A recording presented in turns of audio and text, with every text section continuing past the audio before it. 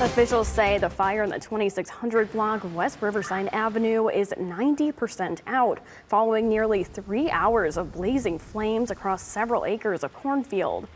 WIFR news reporter Alyssa Kelly was live at the scene for much of the day. She described seeing dark particles raining down from the sky in slim visibility throughout nearby neighborhoods. The fire was much larger than anticipated by Rockford Fire when they arrived on scene, according to an official who says 46 units from 31 fire departments came out to lend a hand. As of right now, no injuries have been reported. No buildings were impacted by the blaze. Rockford Fire says residents in the surrounding area are safe to stay in their homes.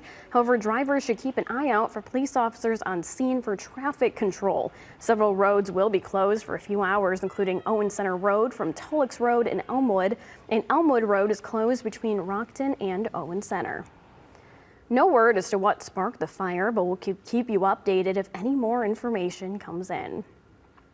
Well, Kira, smoky day out there, but can you tell us a little bit about how the winds might have affected this fire? Yeah, definitely, Sydney. Also want to touch on the point that Winnebago County is now under a moderate drought, at least from the last update that we got last Thursday. We'll get the new drought monitor coming in Thursday morning around 8 o'clock in the morning.